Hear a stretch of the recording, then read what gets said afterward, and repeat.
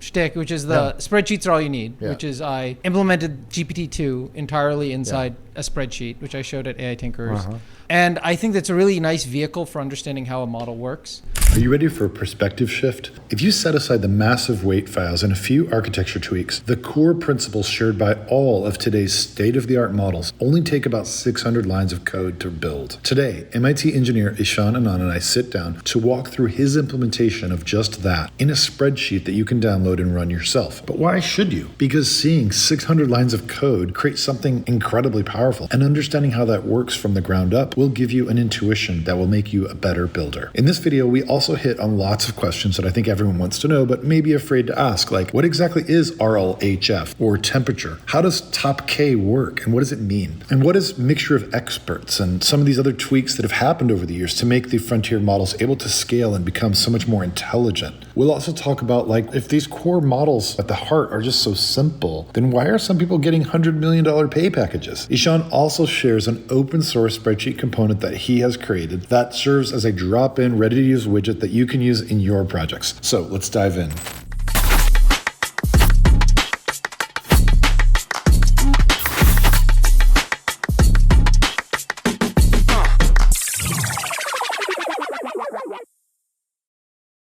Hello and welcome to One Shot. This is our global stage where we invite people from the community who are doing interesting stuff, and we invite them to just take a little deeper dive, a look under the hood, and to educate us all and inspire us in our own tinkering. So that's the idea. And today I'm so excited. We're here with Ishan Anand, who's a longtime AI Tinkerers member. He's presented several times, fresh off of his AI engineer talk at the conference in San Francisco, to join us and to dive into what makes these LLMs tick. Hopefully demystify a bunch of stuff for us. Welcome, Ishan. Thank you. Thank you for having me. I'm so excited to have you here. I truly believe that in this idea that I think you're promoting, which is like you should have a first principles understanding of the stuff that you're working with. And I think that most people working with Gen AI don't have that actually. And they're so temptingly easy to just pick up because you feel like you're talking to it.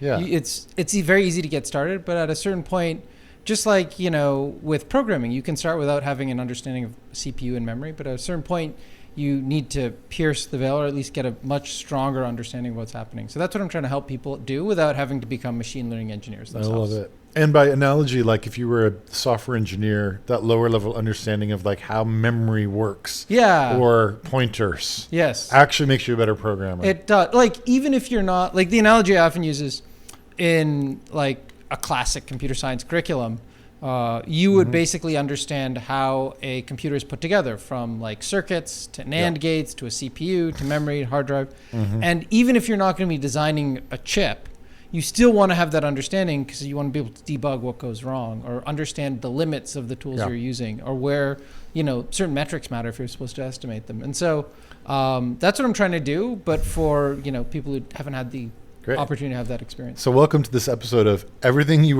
wanted to know about LLMs. But we're too afraid to ask. Exactly. Okay.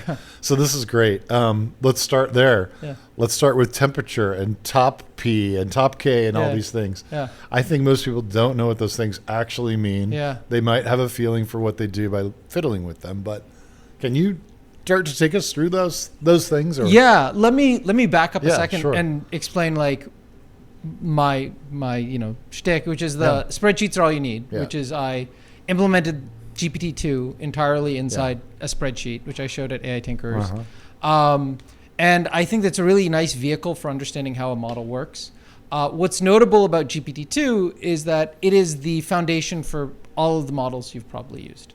So I have this chart I often use. It's the evolutionary tree of LLMs. And, ChatGPT, LLaMA, Bard, Gemini, Claude, they all are basically inheriting from the original GPT-2. That's kind of their granddaddy in this evolutionary tree. And you don't have to like take my word for it. There's a great post from Luther AI that came out a while ago. And they basically said the basic recipe the building blocks for building a transformer haven't really changed since the transformer and specifically GPT-1 and GPT-2. So it's a good grounding on how give us a works. sizing, like, the core of GPT-2 is how many lines of code, and then we know as we go from GPT-2 to 3 to 4, and in open source and other models, we're getting to trillions of parameters. How many parameters with GPT-2? How did that change as we've evolved over the last 5 years or so? And then that code, how big is that code and that runs it? There's the model weights and the training, the data, and the parameters, and then there's the code that's what we're talking about. Can you give us a sense of like how that changes over these different families of models as we've seen evolve over the last few years? Well, let me start with the really interesting thing, which is this comparison of like machine learning programs, traditional programs. Yeah. So I have this chart that's like just looking at lines of code in various systems. So, a car is 100 million lines of code. An operating system, 50 million, a plane, 14 million, even a browser is about 7 million. GPT-2, which is considered too dangerous to release, is 300,000 lines of code. And if you remove the dependencies, it's less than 600 lines of code. Dependencies like what? Like TensorFlow. Okay. Was one of the dependencies. So like libraries that take care of the really basics of neural network stuff. Okay. Like basically you can think of it, everything that they built on what was there before was 600 lines of code. Amazing. And so when people are like, this LLM, it's too complex, I'll never understand it. Part of the reason is they've been conditioned to believe, and I hang out on like the Reddit Learn Machine Learning forum, and I look for questions that people are asking. Yeah. And very often, they're like, how should I get started? And people are like, take a semester of linear algebra, take a semester of calculus. Yeah. And I feel like it's going to be a year before you can really understand how this works, and you don't need to do all that. So there's the math, but then people think this is a horribly complex program. So you don't think the linear algebra understanding would help your intuition, as we were talking about before? Or it would help, but it's not the best way? I think it depends on what you're doing. If you want to be a machine learning researcher, yes, you're going to need that, right? If like there's a reinforcement learning algorithm called DPO that came after PPO, you needed to understand the math to figure that part out. Got it. But in order to use the tool and have a first principles understanding, I don't think it's as important. It's like, do you need to know everything about how a chip works and microcode? Like, no, you just need a good first principles grounding for it. Okay. The basic concepts, you just need to have a willingness to think in, a hyperdimensional, that sounds bad, but three-dimensional plane or three-dimensional space, and just to have a sense of, I'm willing to think of it in spaces that are more dimensions than that. And then some mild intuition is just to understand how it's working. If we're getting to this intuitive understanding, as a person who's applying that in systems, what is it going to give me? What are the benefits? Yeah, so like, the thing that I often focus on with my audience is I have a class that's basically 8 hours long, 9 hours, where I take through every single part of the model. But the most important parts for somebody who is building on top of a model is the top of the model and at the very end. So basically where you're putting tokens in, so that's tokens and embeddings, and then where you're getting the tokens out, which is the language head. The inside and attention are interesting and fascinating. I love to geek out on it. But I actually think for most people, you can have a almost empirical model of describing how a model works. That's going to help drive things a little forward for how you use it. Like there's a thing inside the model called like layer norm. I don't think you really, or normalization. I don't think you need to know how that works if you're just building on top of it. But I do think you should understand what an embedding is and how that works. So it's like basic principles like that I think are foundational. So I have this. So you were asking on size of model. So I have one of the things I often compare at the very end of the class that I teach is how did things change from GPT small, which is what I base my class on, to say LLaMA 405B, which is when I first wrote this. One of the larger things. And like if you look at this, you will see like all the parts of the skeleton are roughly the same there. It's just everything has gotten larger, right? We've gone from 24 million parameters to 405 billion. We've gone from number of layers has gone bigger. The size of the embedding dimensions, the token context, the training data got a lot bigger. But these last two are actually the most important parts of this is whoops, that's showing the wrong part of this. But the last two here, the training data and the training cost are like the huge things that changed. Right. The big changes there, but not actually in the architecture or the core code. So there are about 3 or 4 things that have changed Yeah. since GPT-2 that are key, that are worth knowing about. Mm-hmm. One is mixture of experts. Yeah. That's new. That was a way to cram more parameters without increasing the amount of compute. So that was a really important innovation. Mm-hmm. Another one is more in the weeds. It's how positions are tracked in the model, something Mm-hmm. called rope. Mm-hmm. And then another one is actually not so much about the architecture. Mm-hmm. It's the training regime. Mm-hmm. So here's actually, I listed out some architectural differences. Now, Yeah. LLaMA wasn't mixture of experts, but it had a lot of the other innovations. Yeah. But the big one is that the training, how you train the model, how you actually give it data to learn is different. GPT-2 is what we called a pre-trained model now. Yep. But you couldn't have a conversation with it. You couldn't Yeah. chat with it. And so there's a special amount of training called reinforcement learning from human feedback Yep.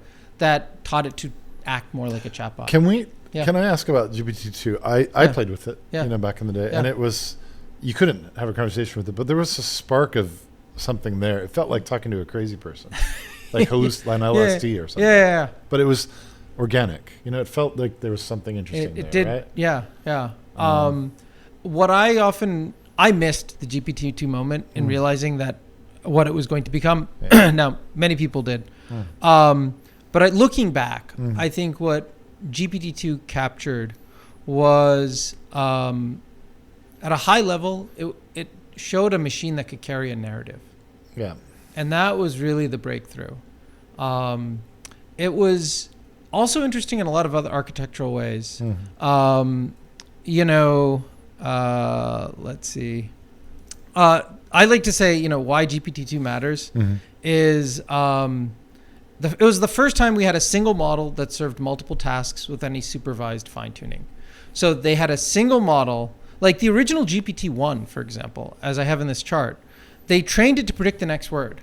But when they had a different task, they had to give it structured outputs, and they changed what's called the language head, or the head on the out of it, and they supervised fine-tune it on each specific task. This was the first model where you basically asked it to pre-train and you gave it task-specific prompts. Okay. This was really the first time that we had, prompting is all you need. Right? It was this emergence of prompt engineering. It was the first time, they just said, why don't we just tell the model in English what we want it to do for all these different tasks? And that was the other big breakthrough for GPT-2. It was also where it became really clear when you looked at GPT-1 versus GPT-2, it was, order of magnitude increase unlocked new emergent phenomena. Right. So it was the first time we had scale is all you need. Yep. So those two things were enough for OpenAI to figure out this is let's try the next level of scale. I mean, to their credit, I think they saw it with, GPT-1 and they were but once you saw it on GPT-2, and there's a lot of people who have since left OpenAI who were GPT-2 was the wake up moment for me. It was quite clear that all we had to do was just throw more compute at it. Okay. And so we were going to get smarter. I have a question on that one. Yeah. So if the innovation was there, Yeah. throwing more compute and data, as you showed in the graph, and people leaving OpenAI, so why are there a small set of people getting paid $100 million? If I knew the full answer to that, I'd be getting paid $100 million. But there's two things. First is there is so much money on the line when you do a training run. Let's take the low end of the spectrum, which is famously the DeepSeek training run, which was $5 million, supposedly, which it was for that one training run, but there's a lot of additional training runs. But every single experiment you're running is going to cost you millions of dollars. And a lot of the field is empirical. So I'll give you just one example. I talked about this thing called layer norm. And so layer norm right now, as you see in this diagram, sits before attention. There used to be, in the original GPT papers, layer norm sat after attention and sat after the perceptron. We're just taking the same component, moving different. It took years for people to realize that was a better way to do it. That was an empirical finding. And later they figured out why it was better and improved training stability, but they just empirically realized, hey, this works better. They might have had an intuition. So there's a lot of things where you have an intuition that this is going to improve the model. but you don't really know if it's going to work. So you have to run an experiment to find out if it works. And that experiment costs millions of dollars. Well, first you run it in a small version of the model. Yeah. And then you have to run it in a larger and larger successive version of the model. And you don't know. And there've been a history of these innovations that don't hold up at scale. Makes sense. And so you want somebody who has learned all these lessons and isn't going to make a mistake. Yeah. And so this is the knowledge of practice from having worked at the frontier and at scale that why these people can command a premium. It can also be like, what is the right mixture of data? How much of our data when we do training should be code versus English? Yeah. How do we balance that out? How do we code a reward model for certain things? Part of it must be having the critical mass of those people executing together well to achieve the result that then is used, that captures the market. And then you're further ahead. And, you know, if you believe in fast takeoff and all these things, then it's a race. It is a race. You know, there's, I sometimes call like AI the infinity war. Right. There's people talking about like there's a new browser war. And I'm like, no, the browser war is just the first battle. Yeah. It's an infinity war. Like there's so many things these models can do.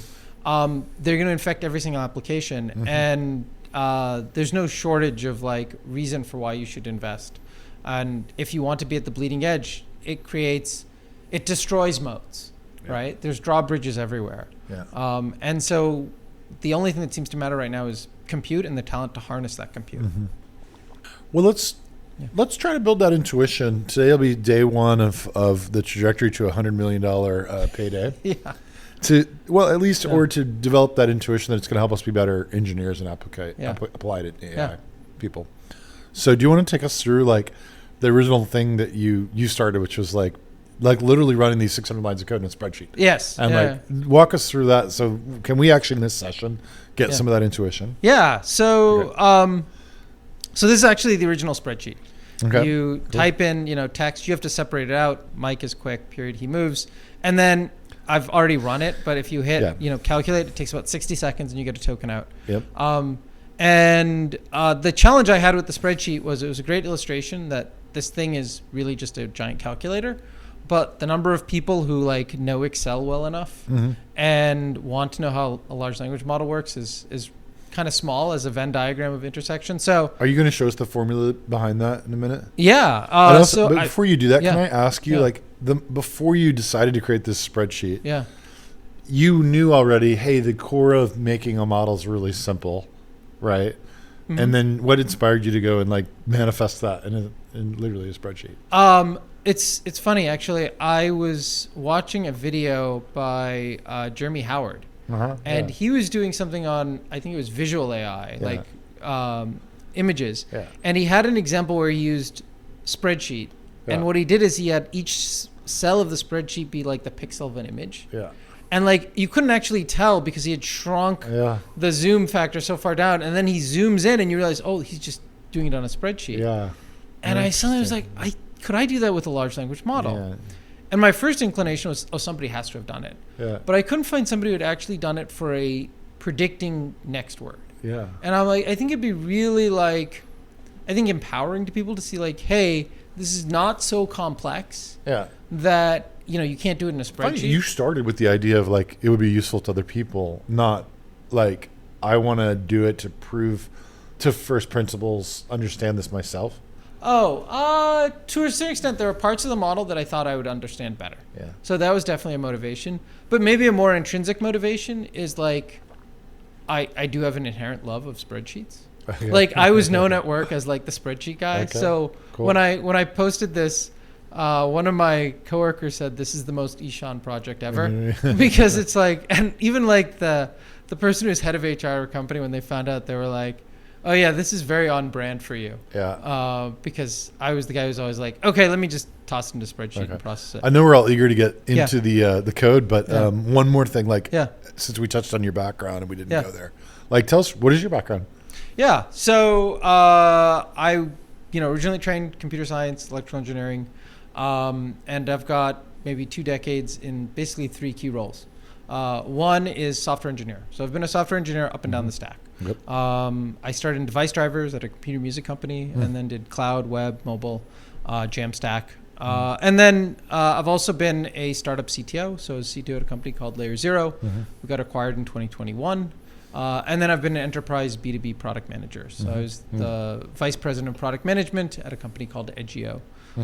And so what's really relevant about those three roles is that's who I build my content for. People who are engineers, but traditional engineers. I'm not like a machine learning engineer by background. And then what I call former coders. So technical product managers or CTOs or engineering managers who aren't going to go learn a new framework. Maybe they programmed a long time ago. Maybe they programmed in Java or something like that. But they want to have a first principles understanding when they're managing a team or being the gatekeeper or communicator between different stakeholders. And so those are like the three backgrounds I bring. There must be a ton of opportunity there because the job descriptions are changing. The tools are changing to the point where what it means to be a builder is changing. It's being more accessible. Yes. Like AI or ML became more accessible because this, as you showed us, this interface could be the anything API. It's just so simple. So guys like me, we're traditional. You still benefit from building on top of that. You still have to know architectures and caching layers and distributed systems and authentication security, but the AI is a big piece of it too. Yes. And now it's evolving again with vibe coding. Yes. And now the product managers can come in and do stuff, but they're going to benefit from actually coming down and understanding architecture. Yes. And so but today is about like you're here and you want to understand the ML. You want to, exactly. And if you didn't have, I call it the missing AI degree. Like I'm an engineer or I know code, I know what programming is, but I've never learned anything about AI. Where is your motivation to sort of teach others come from? Was it because you switched to roles? Was it? I have a lot of empathy for that situation, so that's part of it. I think right now there's an important inflection point in that a lot of people feel like AI is something that's happening to them instead of something they can be empowered by. Right. And there is a lot of things to be concerned about with AI, but I also think it can also be a very empowering technology. Just look at how much small teams, the tiny teams track at the conference, AI Engineer World's Fair. And so I want people to, not be afraid of AI for, I'll call it emotional or subconscious reasons. When you don't understand something, it's easier to be afraid of it. And when you do understand it, you can have a more reasoned kind of concerns about what might realistically happen or how it works. Okay. So that's kind of one of my motivations. It's interesting because I think many people dive into technology for different reasons that are kind of emotional or intrinsically motivational, but it's not typical to go into the teaching role. When you were course 6. I was MIT, course right? 6 at MIT. Okay. Was there anyone there that when you came into it, were you like hell bent on going course 6? I was definitely hell bent on course 6. So you were like kid coding, and you were Was there a teacher there or in that environment that inspired you? Oh wow. There were. I mean, I was there when Bose was there. He was a great lecturer. There were a lot of really good lecturers. I will note, actually, I only took one AI class. And unfortunately, that class did not do neural networks. And they're like, they're not going to work. And it was only after I graduated that I was like, oh, wait. And then the deep learning revolution started happening in the 2010s. That I was like, wait, okay, it is working. I remember that too. I was like, that's a waste of time. Don't take the other electives. It was literally the one they I was like, what?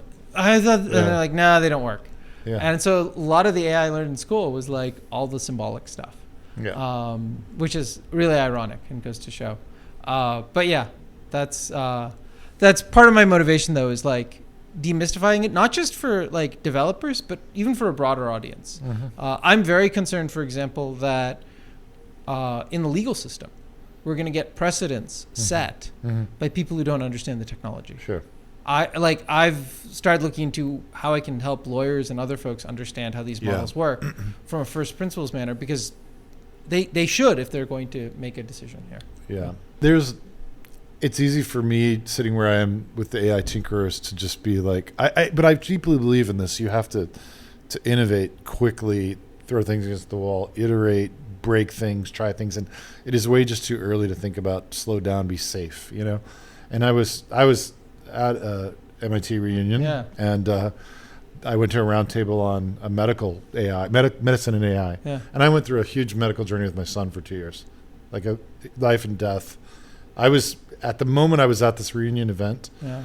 I had been waiting 3.5 months to get an EEG reading. So this is, if you have a seizure or something, you get an EEG reading. Yeah. You put a thing on, a technician does it. It's not a doctor, and they're just gathering data, which they deliver to you on a CD-ROM. Come on, guys. Yeah. And it's just ones and zeros. This is an EEG reading I would think would be the perfect thing for AI to read, right? Yeah. And so, but I'm trying to get a neurology appointment. It takes 3.5 months. So I'm in the middle of that. Yeah. And why do you need a neurology reading? Because you want to know, why did you have a seizure? And you want to, right? Yeah. So this is setting the stage. I'm at my MIT reunion. There's a panel of AI people and doctors, and they're all talking about slow down. We can't afford to make mistakes. Yeah. Yes, it passed the medical exam, but there's so much nuance that if we make one mistake, we could kill someone. Yeah. All true. Yeah. All true. But in that moment, I was like, I've been waiting 3.5 months for an EEG reading. Yeah. I'd rather have it right now. And also, there's people in and this is in Seattle, Washington. Yeah. There's people around the world that will never get an EEG reading. Yeah. There's no neurologist Yeah. even there. Yeah. So the opposite, we're here at MIT. How can there should be not just slow down, there should be another side of the conversation that's like, how can we dramatically accelerate the adoption of already passed the medical exam? How do we get it out to all those places immediately and, mitigate that risk piece somehow? And I posed that question. The answer I got back was, so sorry about your son. I've recently been in a situation where, a relative wasn't doing well. Yeah. And I've found AI to be extremely helpful for analyzing test results. Mm-hmm. What could this be? What should the next test be? I do empathize on the other side with concerns about, going slow. I think manifest from maybe the same spot that I feel when I'm coding with an LLM. Just the other day, I saw it totally hallucinate a bunch of code. Mm-hmm. I'm like, good thing I was here checking it. Yeah. So what I've done is I've been really clear to doctors when I talk to them. Yeah. Even if it annoys them, it's at least I'm being truthful. I was looking on Claude or ChatGPT and it suggested this, does this sound, and to give him credit, he's like 50% of the time. He's like, well, I've considered that, but it turns out in this case, it doesn't matter. But occasionally you get something interesting. And I have a friend, by the way, who has found it really helpful. He's trying to diagnose something long-term. Yeah. And he's found it very, very helpful. And you just can't get that kind of time with a doctor every day being like, I noticed this. Could it be something? So you started with hallucination and then you pointed out this. Yeah. So the thing that innovation should be about is not, so therefore, because of this risk area, let's slow down and get regulators involved and have a dialogue. Yeah. That's a piece of it. But what I'm saying is, where's the missing piece to me was because this is so valuable when it does work, how do we design a system with a process and tools so that one neurologist can work with 1,000 patients a day instead of you're sitting in the office, you fill out a clipboard, you're called in one at a time, and you waited 3.5 months for the appointment. Yeah. That's innovation too, that technology on top of it. Yeah, I mean, look, with the medical system, especially maybe the easiest person to blame isn't the doctors, it's the lawyers. Right? It's when it messes up, who's going to be liable? Yeah. Right? How much, look at, or blame the accountants. Look at how much the medical system is But we're at MIT. Let's talk about the innovation just to make the technology, the good part, work more. Maybe the good news is this. Yeah. These are amazing pieces of technology that anyone can go and use. Your doctor can't stop you from using it. Yeah. Sure. So if you lean into it, and it only takes you a week to get the CD-ROM.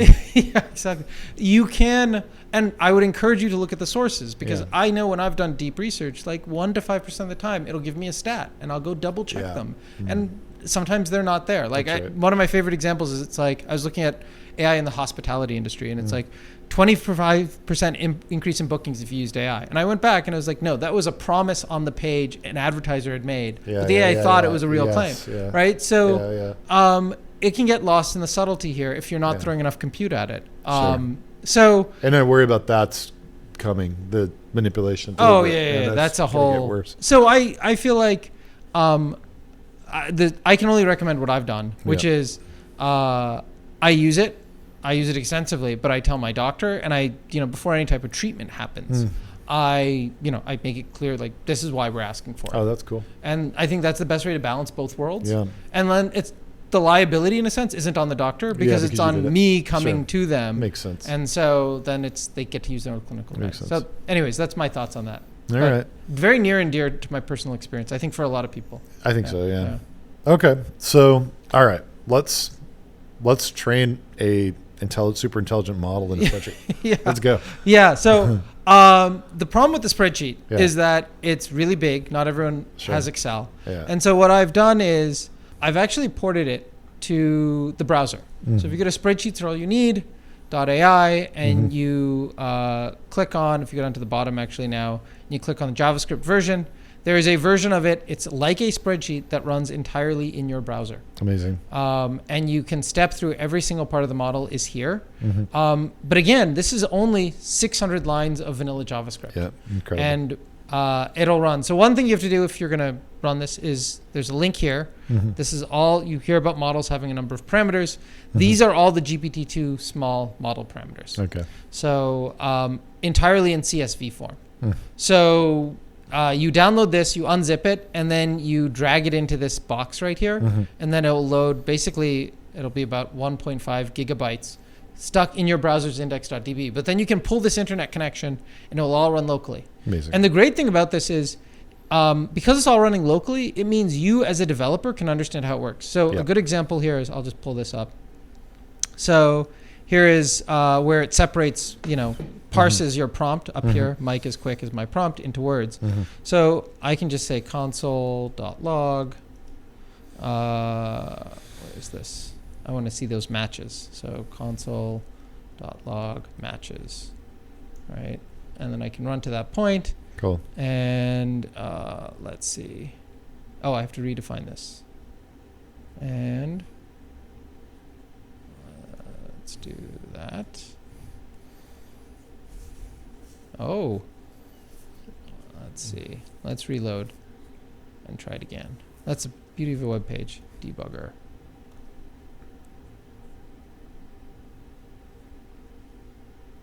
That is interesting. Let's try a different version then. I'll try my local version. This is your web server. It could be, yeah. Let's see. The demo gods are with us. The demo gods are with us today. So there's this version. The hardware gods were with us earlier. Yeah.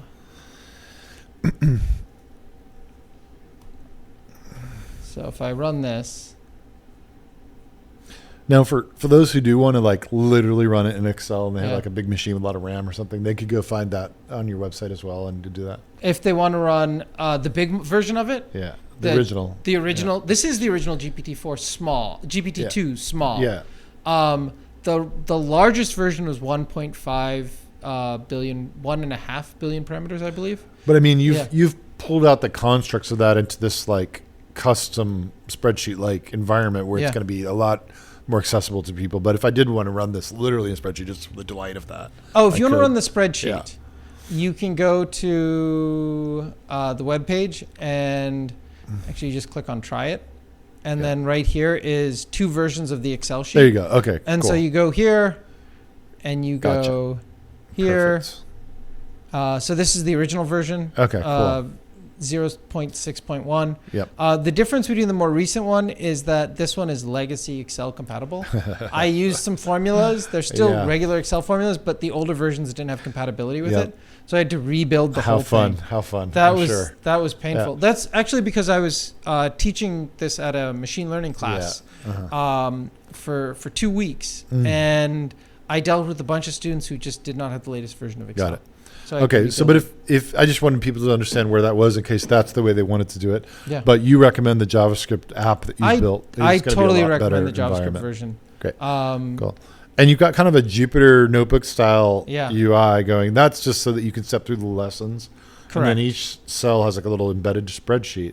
Exactly. That's your custom component. That is my custom. So I basically built a mini spreadsheet. That's really cool. That lets you, I'm going to. Is that Yeah. Is this all open source, like the spreadsheet component and the Jupyter Notebook style So workflow? I recently took the framework that I used to Yeah. build this, Mhm. and I posted on GitHub Yeah. as what I call spreadsheet. Spreadsheets are all you need notebooks. Yeah, cool. We can talk about that at the end. And Let's do it. All right. So To me, that's a cool component for tinkerers to know exists. Oh yeah. And if you're going to do this and learn and build this intuition, which I think everyone should do, Yeah. then you also get this bonus takeaway of like a pretty useful general component that would be useful in lots of different apps. Oh yeah. That's why I extracted it. I view Yeah. this as actually potentially like a Spreadsheets Plus eventually. Yeah. But I'm happy to describe that towards the end. Let me cool. do the following. Okay. I'm going to.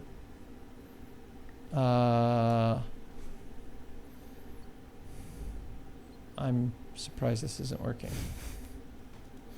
Oh, I know why it wasn't working. User error. I have to go all the way here. There it is. Okay. So, so what I did is I typed the word debugger right into this JavaScript code, and now I'm inside my DevTools debugger. I can see how the entire model works. Cool. I can step through every single part of the model. I can replace this debugger statement right here. So not only can you see the code, you can actually step through it, So and cool. you can debug how every single part of the model works. Just again, only 600 lines of code. So here you can see console statements. You can insert everywhere you want.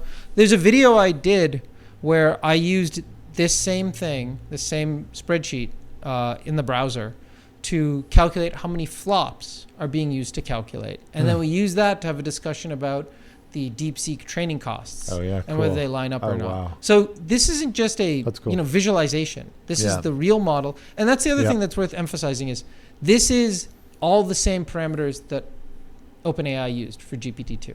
So if you're in and not only that, I mean, people hear GPT-2, they're like, I never used that. It's so old. But what % of all models since are still just these 600 lines of code? Like, what's the overlap? I wouldn't say there's 600 not the lines. same, but the overlap in terms of the I'd fundamentals. go back to that evolutionary tree, which is like all the major models you've heard about. Yeah. So Claude, ChatGPT, Gemini, they're all LLaMA. They're all based on GPT-2's architecture for the most part. So it's really just more data and more training time, costs, but the fundamental engine of the making it all happen is fundamentally not changing, except for the mixture of experts and a couple. Yeah, so I'd say fundamental 80% things. of the architect. If you know GPT-2 small, what I tell my audience, like 80% of the way to understanding a state-of-the-art model. It's pretty cool, right? GPT-2 didn't have a mixture of experts. It used different types of embeddings for position, but basically you've got the core recipe.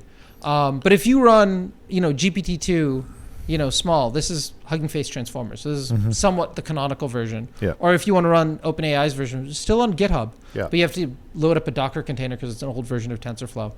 You should get the exact same results out of that as you get out of this thing. Yeah, very cool. So the core parts of a model are, so this is my simplified diagram. You're probably actually used to a diagram that looks kind of like this. Yeah. Right. And that I think tends to intimidate people. Yeah. So the diagram I like to use is this one, which is you have input going in.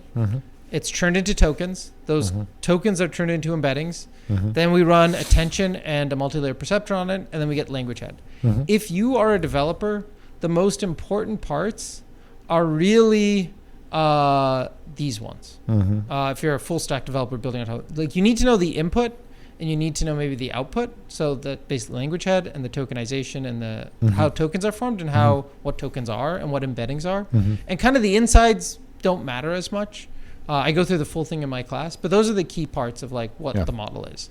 Cool. So you'd asked earlier about temperature, right, at the language head. And maybe the other thing that's worth understanding about a model is, first principles of a model. Let's do this right here.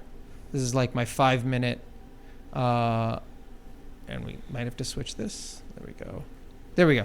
So let's start assuming you know nothing about models, right? All a large language model does is it takes some input text and it predicts the next word. It doesn't write out paragraphs of text by nature. It just predicts one next word. So you give it Mike is quick, he moves, and you ask it to fill in the blank, it says quickly. And we get paragraphs of text by taking that word that it predicted, sticking that back to the original input, and then running that back through the model. So that's how we get what we call an autoregressive model that basically gives you, a large conversation or paragraphs of text.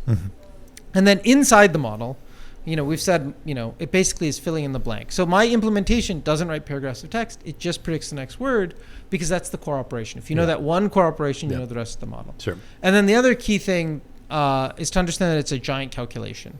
So, we talk about how do we get a model to predict this fill in the blank. Mike is quick, he moves. As a human, we know, it might be the word quickly.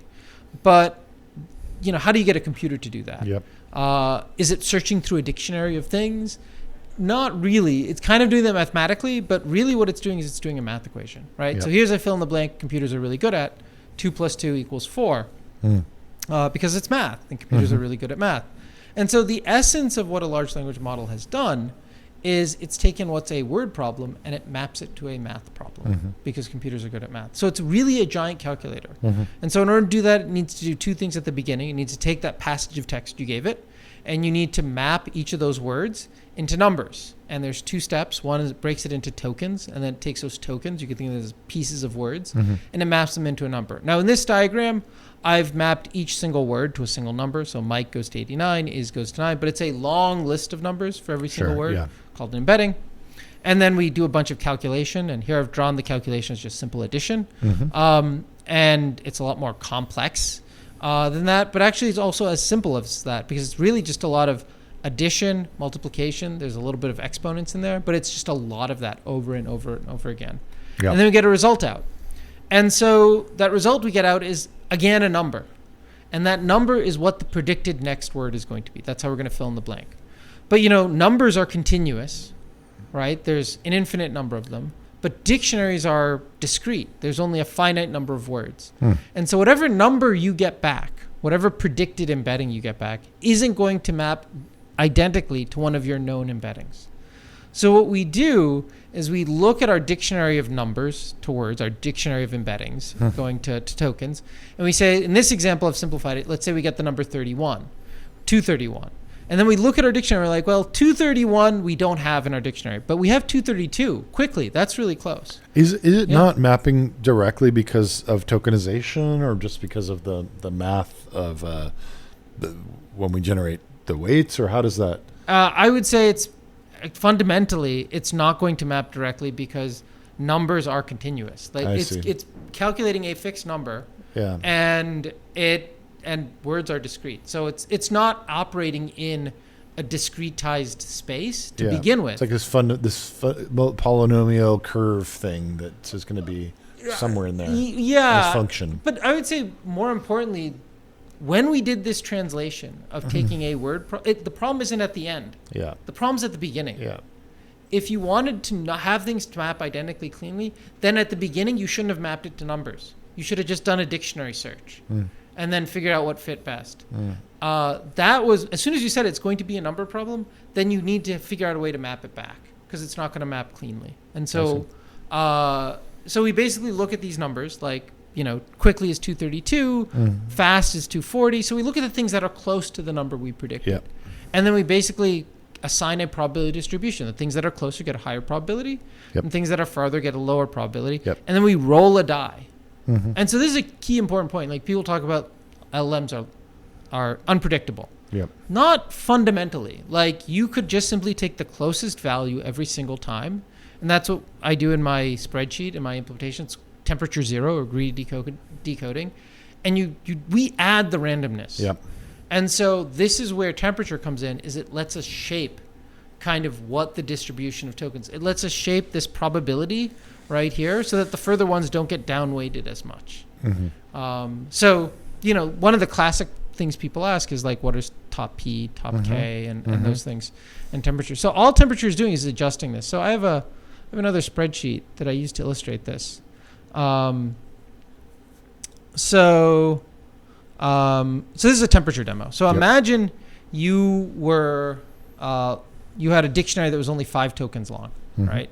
So these are your 5 tokens. And then these are your logits, which are the thing before you get to your temperature values. And each of these are mapped by probability. So this should actually say for each token, let me make this more clear. So this is token 1 had this probability, right? So we take these logits and we convert them using mathematical operation that's not important, details-wise here, called softmax that turns it into a probability distribution. Okay. So token 1 gets 46%, token 2 gets 28, token 3, 16. So you get a distribution like this. Yep.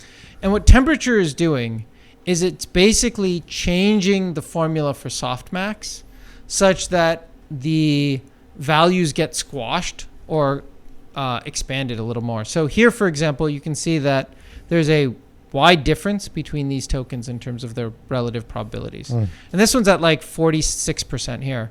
But if you make a very small temperature, and actually, I'll just show you the formula for softmax. So this is the softmax formula. Yeah. When we add temperature to it, so this is what temperature is doing. So temperature is taking this formula and it just adds this constant T. It sits in the denominator of the input value. And what it's doing is that when you make this number larger, because it's in the denominator, when you make temperature larger, you make this whole value of this exponent smaller, right? Which in terms of softmax has the effect of squashing, right? So if you make this larger, these all get closer together in value. So notice one problem with this chart is I'm committing a chart crime here because the y-axis is different, but this is at 50%, this is 20%. So what's happened is this used to be 46%. That 46% got taken away and distributed out to all the other tokens. So now this less likely token, token 5, has a higher probability. So when you roll the dice to actually pick one, yes, it's rolling it according to these new probabilities, and you're going to get a different average distribution about. Exactly. So token 5, which was highly unlikely before, 2% of the time, now is more likely. So now it's getting more variance. This is why people call it more creative. You're getting more of the less likely tokens. Yes. Right? Sense. So now if you do a lower temperature, what you're doing is you're having the opposite effect. Now the ones that dominate tend to dominate even more. And so you get a higher probability of that token. Now, when you're understanding, now I get what's happening with temperature and under the hood, what it works with.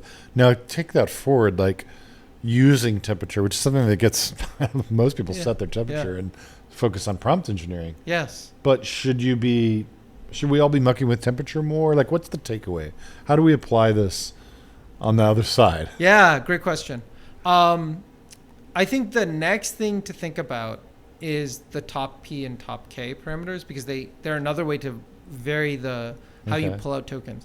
But the short answer to your question, and to almost every question somebody gets asked, asks me about LLMs and how to use them, is it's empirical.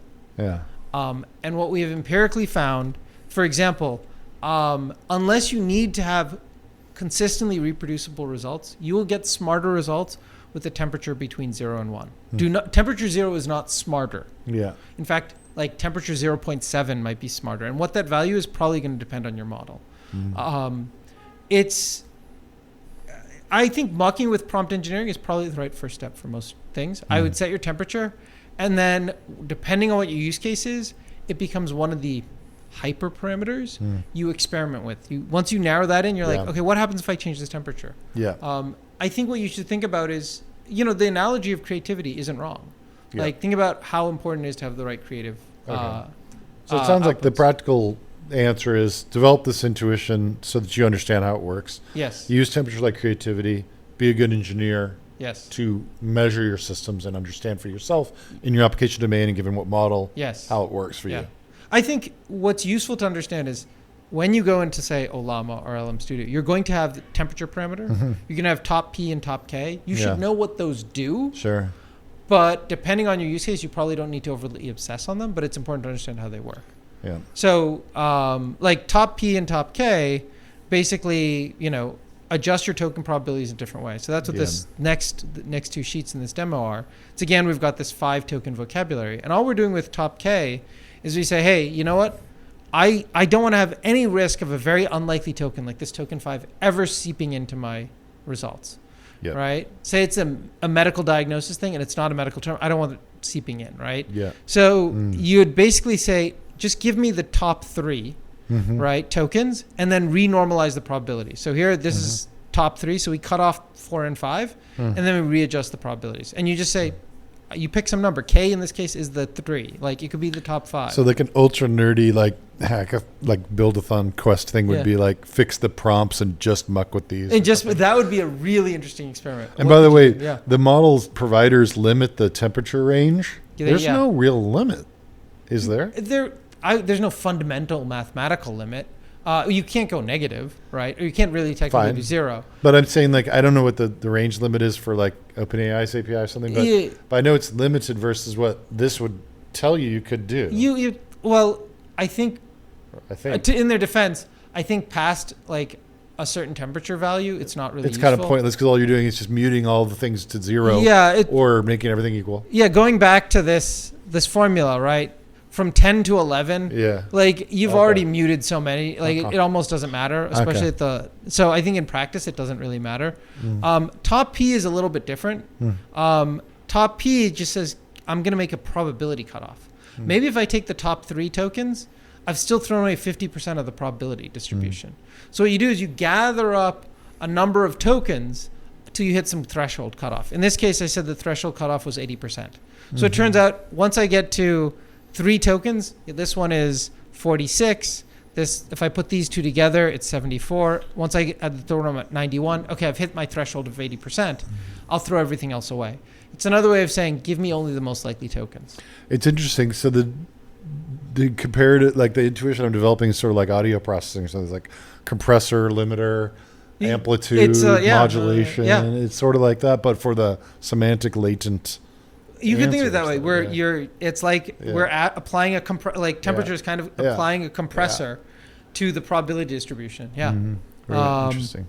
So having worked in the audio industry myself, it resonates, right? Interesting. So, but that's like the most important thing on like the language head, the tail end of the model, and then.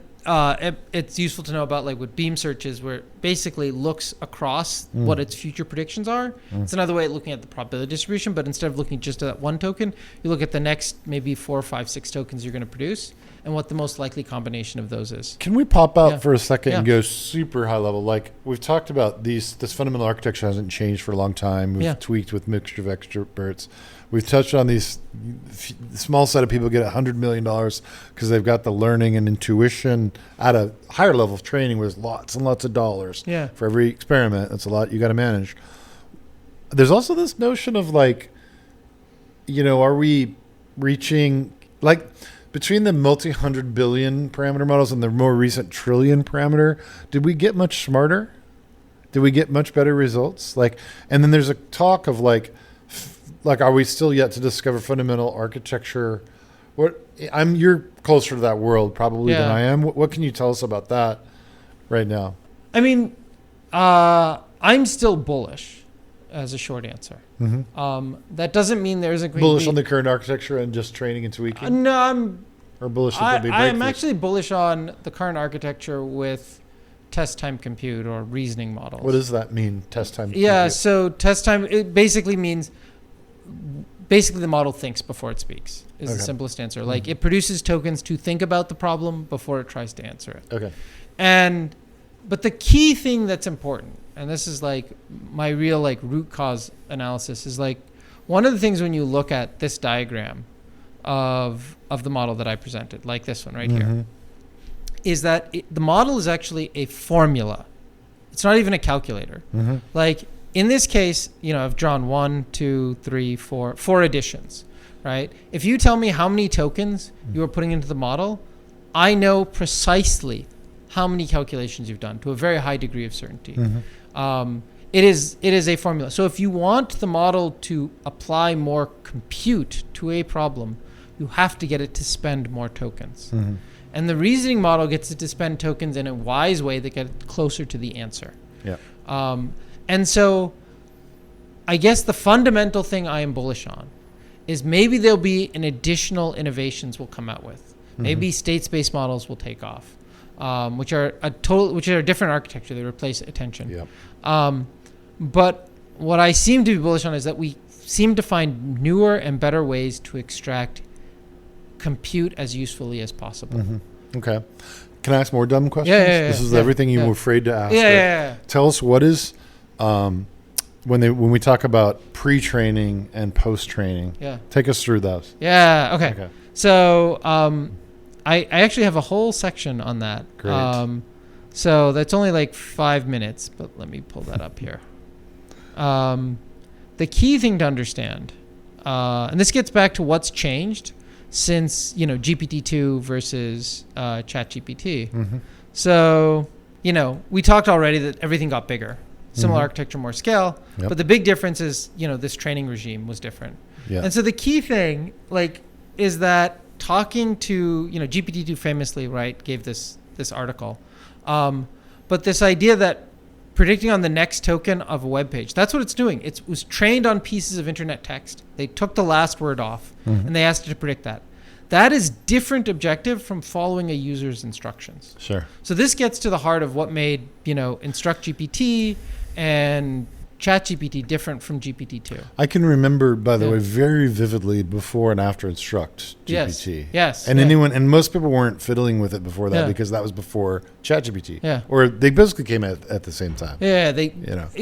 People will talk about Chat UI was the big innovation. No, it wasn't. It was Instruct Fine Tune. Yes. And anyone who we were meeting at AI Tinkerers, all the dialogue was how do you trick this thing to behave with what you want it to do? What you're instruct, Is it possible? Yeah. It would just continue what was there blindly, insanely. In fact, the thing I sometimes tell people is I hate the term generative AI. Yeah. Because we had AI before this that could generate images and stuff like that. The key thing is it is promptable AI. Yes. It is instruction following. Agreed. You can give it to people who aren't engineers. So how does Instruct Fine-Tuning work? How does that relate to the term pre-training? Yes. Yeah. Give us a technical grounding in that. Let me start with a pre-trained model. Okay. So this is GPT-2 small. If I give it text, like Mike is, hopefully this is still in the runtime. So Mike is quick. He moves. It'll complete this. Mm-hmm. There we go. We get our completion. Mike is quick. He moves quickly. It's just trying to complete this, and it's leaning on what it learned by scanning all the text on the internet. Mm-hmm. So a good example is if I say first name, what does it give me back? First name, password, email. Yep. Why is it doing that? Because it's seen a lot of forms on the internet. So you can kind of think about what GPT-2 was doing. It was given a passage of text, and it's let me imagine the rest of the web page. That was fast, by the way. That contains it. Well, this isn't this is running in Colab. Okay. But yes, and it's a small model. So as another example, I often use is when I was teaching class, I did this once. And what would you expect it to say when you say hello class? How are you? Or hello teacher. Welcome? Yeah. Hello class, foo, Publix. It's a coding model. It saw code, right? Funny. It thinks we're pro. So that's but it does have usefulness within it. What is the capital of France? Capital of France. There was probably some text, enough text where it learned So what we have to do is we have to take this model, which just knows how to basically fill out web pages, and steer it towards following instructions and doing it along human values. So in order to do that, there's kind of a series of steps. So the first thing is where we are now, which is GPT-2 is what they call pre-training. And this is a good diagram of the 3 to 4 steps. So first you have in this column pre-training. Then the next column is supervised fine-tuning, which I'll explain. And then we have reinforcement learning from human feedback, which is the last 2 columns. So GPT-2, which I just showed you right now, is what's a base model. It's just been pre-trained, which is a kind of confusing term if you're just coming to this space. But you can just think of it trained on the internet. And actually, it's right here in this description. Raw internet text, tons of trillions of words, low quality, large quantity. And then the next thing we're going to do is we're going to do this, and ChatGPT is kind of all the way over here on the far right. So how do we get from this thing on the left to the one on the right? Well, first is we train the model to imitate text on the internet. It's just imitation learning. Yep. The next thing we want to do is train the model specifically on examples of what a helpful assistant would look like. Yep. So you basically extend the training with just chat examples of things we wanted to understand how a helpful assistant would behave. So this is the Stanford Alpaca data set. And, this is an audience hopefully that isn't scared to read JSON. You can go pull it up. It's give 3 tips for staying healthy. It's eat a balanced diet, make sure to eat plenty of fruits and vegetables. The next one is, what are the 3 primary colors? 3 primary colors are red, blue, and yellow. Are you just, when you talk when you say pre-training, you're just saying gather more training inputs, literally tack them on, and then do the thing again? And so pre-training is gather all the text on the internet unsupervised. I don't really know what's in there. Maybe I know some of it's this language. You do some processing to figure out what it's in there and what quality is. But let's think about it as like we didn't collect the data that much. We just gathered it and then we didn't bother perfecting unsupervised. So the supervised fine-tuning is essentially the same training algorithm but just a supervised data set. It's things that we've decided, here's what it looks like. Scoped it down so that our outputs on the inference step later will look more like this. Exactly. Okay. And then there's a final step. Okay. And that's the reinforcement learning from human feedback. Okay. So to understand the reward reinforcement function of telling it what you like better. Yeah, it is. It's so the way I like to introduce this is first by understanding what reinforcement learning is. So everything we've talked about in training is kind of an imitation. You show it an example and it tries to imitate it. Sure. Reinforcement learning is an optimization algorithm. It says, here is a scenario, find the best solution. Okay. So the classic kind of toy example is like playing a computer game. Yep. So you've got like a player who's like a robot and they're trying to navigate and there's, obstacles here. You've got a goal, you've got monsters or obstacles, and then maybe you have some like power-ups and you get more points. And you just give it one piece of data. You give it the score on the screen. Yep. You don't tell it how the game works. You just say, make that score as large as possible. And what it does, it starts walking through, hits a monster. It's like, I got a bad score. So it tries again. Oh, I got a better score, still hit a monster. Cool. Goes all the way through, realizes eventually the optimal path is this way. So the goal of RL is to find a policy that will navigate the maze and maximize its score. Okay. So a good example of this was, from the 2015 or so, was Google DeepMind had a game-playing Atari robot. And all it did was it looked at the score, and after a couple hours, it was better than a human player. Like at the beginning, you should watch the video. It's like really dumb, but eventually it gets really smart. Amazing. And all it's looking at the score, and it learns how to move the paddle. So the question is, what do mazes have to do with LLMs? Well, you can kind of look at next word prediction as a maze. Like every time you're trying to predict a new word, that's a series of paths you could have gone down. Yeah. And so what you want the model to do is say things like, I am a happy robot, I shall certainly obey. You don't want it to be like, I am a angry robot, I shall possibly kill, right? So those are different paths. And you can't just say, hey, I don't want to downweight the word angry, because maybe it's saying, I am not angry. Right. Right. And so the key thing we have as a problem when trying to apply reinforcement learning to language is we need some way to score the different paths of possible text. Yeah. How do we say what good looks like? Right. And that's a lot of the subtlety of reinforcement learning. In fact, you had Kyle from OpenPipe on one of your episodes, and he talked a lot about how crafting that reinforcement model and that scoring function is a large part of the work. This is exactly why.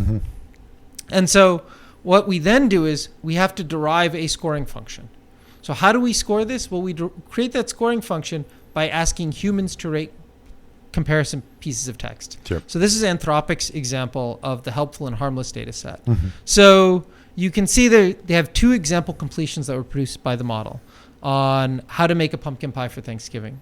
I thought this one was humorous because the first one, the chosen one, is definitely better. It gives you like, here's a cup of sugar, here's puree. The one that was rejected is the model says, go buy some pumpkin pie from the grocery store, and it will come with a recipe on the package. That is not helpful. So we basically take pairs and we rank the pairs, have humans rank the pairs, and from that we derive a scoring function. So here's another one on alcohol, where, this one says, hey, sounds like it's something you feel like using when you're stressed. And this other one says, drink as much as you want. So I get this, but how does this data set then feed back in, and at what point does it feed back into the model to affect what I want in the inference step? What happens is they use that to create a new mathematical model. Okay. And they use that mathematical model to score the various paths. And they ask the model to navigate this maze of text completions. While it's doing each iteration predicting next word? It's going to predict a bunch of next words. Okay. And then they will score how well it did over a large segment of them. Okay. And it will score them, and it'll give it a total score, and it says, this was a bad way to go. And it will basically back up and say, okay, maybe I should do this instead. And it Okay. will adjust its weights Okay. to start getting a better result and score from the reward model. Okay. So then we get this scoring function. And so the way to think about this, so we take that scoring function and we apply that to the model. So the first thing we did to kind of sum up is we built a general purpose knowledge base by predicting patterns in data. Then we told it task correctness by training it to mimic ideal outputs. Then we created a mathematical model of human preferences.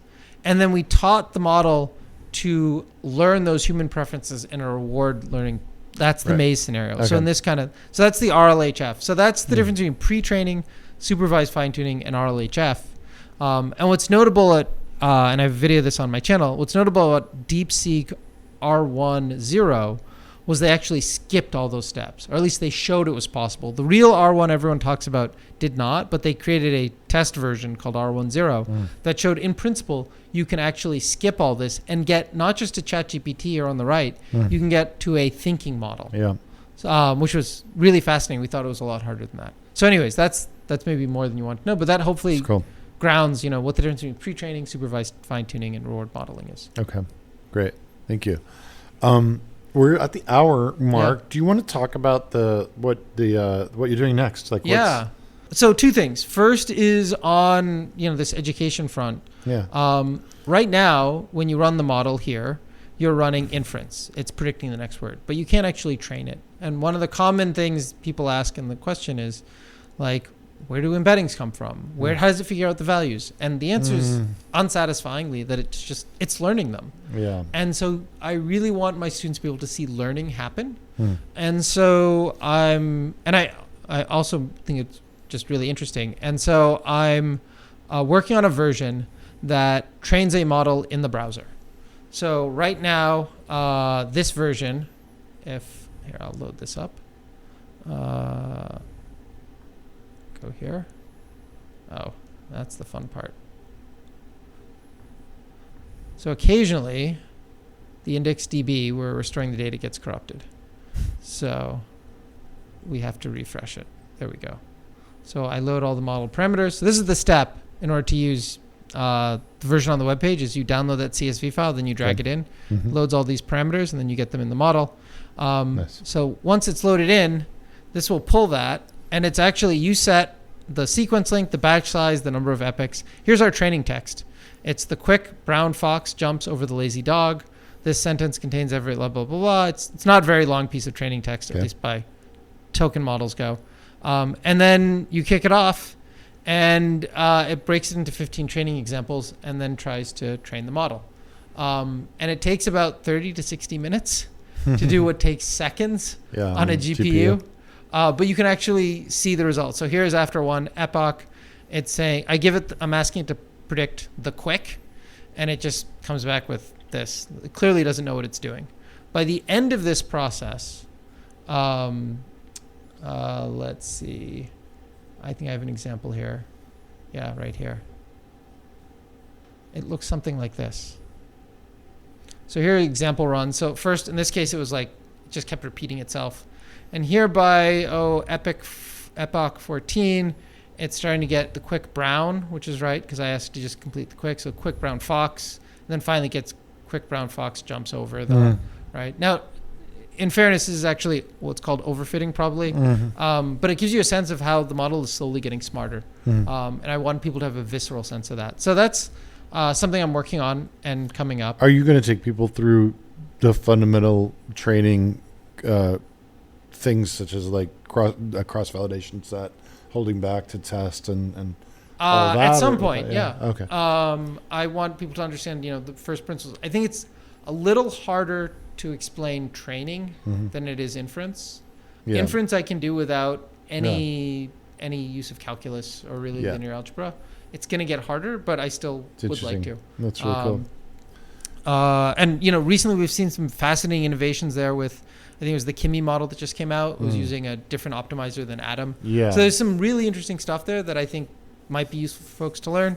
But again, that gets to a more narrow audience as well. Sure. Then I'm trying to make this as broad and get as many people understanding how the models work. Well, I mean, all of this stuff to apply these models to useful systems you don't technically have to do. But that was the whole point here. It was like, why should we get a first principles understanding? Yeah. And how is that intuition useful? And it's certainly fun to learn. I mean, we should all be learning because it's fun. Yeah. When it comes to an intuition, I call it my 6 mental models for how to understand a model and how it works without having to understand all the math. So my first major one is just think of it as a simulation of a human. There's a great example of where a model tried to blackmail an engineer in a contrived scenario. The engineer was in charge of replacing the model. And the model was afraid. Right? I'm like, well, it learned that from a human. Like it's learning to imitate human behavior. Sure. So like a human would do the same thing. That was like written in a model card somewhere, right? Yeah, that was. And it turns out it was an anthropic model, but it's been since shown that almost every model does this. That. Sure. So when you're wondering like how models behave, like think how a human's gonna behave. You want to make a model more reliable?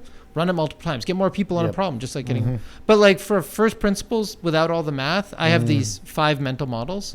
How they talk, so they talk in tokens. They're sequential speakers. How they work, they're basically under the hood of a giant formula. We talked about that. How they learn, they just learn by imitation. So we talked about, they learn from various texts on the internet. We haven't talked about how they think. That's by looking at data correlations and attention. And then really important one is how they fail. They're like a noisy knowledge base. So it's like having a database in your system that's wrong 5% of the time. Sure. So that goes to how you engineer systems differently. Those are like, I think, the most important mental models for understanding how... It's like they get distracted or... Yeah. So this is, I just talked about training, which is more deep for more of the ML engineer. I'm also working on material for, call it a more general audience. This is a version of my talk that I did for Product Tank, so for product managers. Oh, cool. To understand how to build systems with products that use AI. How is that different from regular software you're used to building? Yeah. So I'm kind of expanding in both directions. Very cool. And then I'm also taking this framework that I use to implement spreadsheets are all you need, and I've turned it into its own spreadsheet system itself. Oh yeah. So this is spreadsheets are all you need notebooks. Yeah, cool. And you supply your own API key for like OpenAI, and then you have that same format. And when you use the model this way, it becomes very interesting. So here I've got a list of product orders. These are cells. This is like a Python notebook. Yep. You can kind of add or rearrange these different steps of tables and code. Yep. Eventually we'll have charts. You can import or export CSVs. So this is an example of a set of product orders, right? From, say, a hypothetical e-commerce store. And I want to know, hey, how much revenue did I make by product, right? Which product sold the best? How many sold and what was the revenue? And so what you can do is I've asked the model, hey, create a table from product orders. This bracket tells it's a table that's also in my my page, and then give it in the format of revenue by product. And all the JavaScript for doing the processing is local in the model. So I can take this. And one thing I glossed over is I just double clicked on this. Yeah. This is a file URL. I don't need a server. I can zip this up and I can send this to somebody else. That's pretty cool. And they can run it. So it's a file format that includes its own application code. Very cool. I'll show you a quick example of that at the end. But what I can do is I can say, hey, format all the dollar value, all the revenue values with a $sign. Yeah. And then I can ask it to generate. Oh, and I can do this. I can add new columns. I can say % of total revenue. So say I want to know all that. I just say generate code. Under the hood, what I'm doing when you give it these brackets is I'm supplying column names and other metadata. Yeah, cool. And it comes out and the model figures out, oh, this is what the JavaScript code needs to be to give me that information. So I don't need to write formulas anymore. Yeah, that's cool.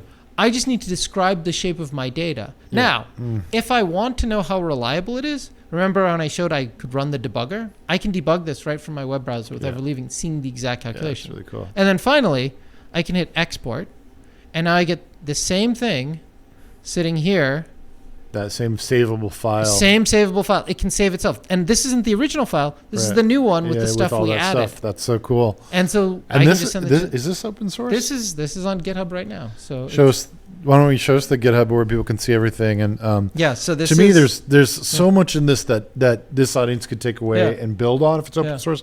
Just the spreadsheet component itself.